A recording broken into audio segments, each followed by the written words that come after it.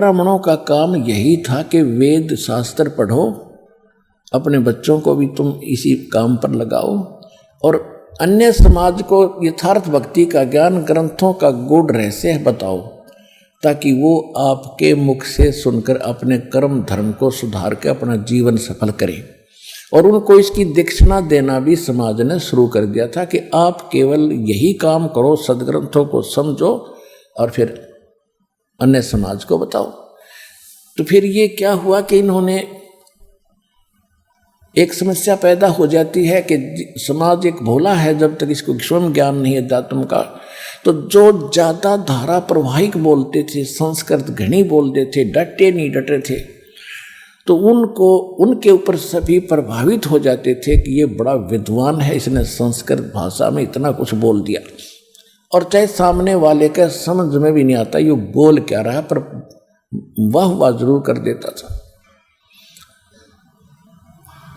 एक समय एक ग्रामीण व्यक्ति कहीं सत्संग सुनकर एक विद्वान पुरुष का, जो बहुत बड़ा विद्वान प्रसिद्ध हो रहा था, काशी विद्यापीठ पढ़कर आया है, तो वहाँ के लोग आम सभी चले जाते थे।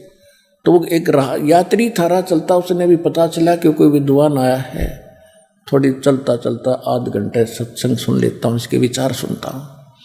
वो विचार सुनकर आधा घंटा बैठा, तब तक वो संस्कृत बोल रहा था, हिंदी तो शुरू भी ना करी थी।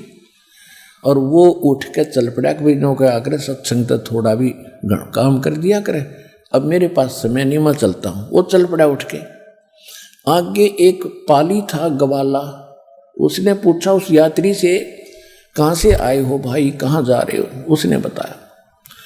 तो उस पाली ने कहा कि यहाँ एक बहुत बड़ा विद्वान आया है, आपने सत्संग सुनना चाहिए था, आप सत्संग क्यों नहीं सुन के आए?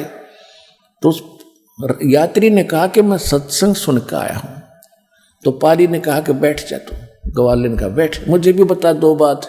आज क्या बताई महापुरुष ने? अब वो यात्री कहता है कि देखो वो बोल रहे थे संस्कृत में, और मुझे ये तो पता नहीं भाई उसने कहा क्या, पर सत्संग का तोड़ पाट दिया।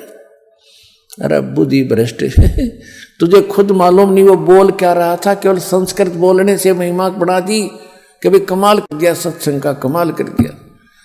तो इस प्रकार इन नकलियों की ये महिमा बनी हुई थी, समाज को पता नहीं ये बकवास क्या कर रहे हैं, और सब उनकी महिमा वाह वाह करा करते एक दूसरे तो सुनकर।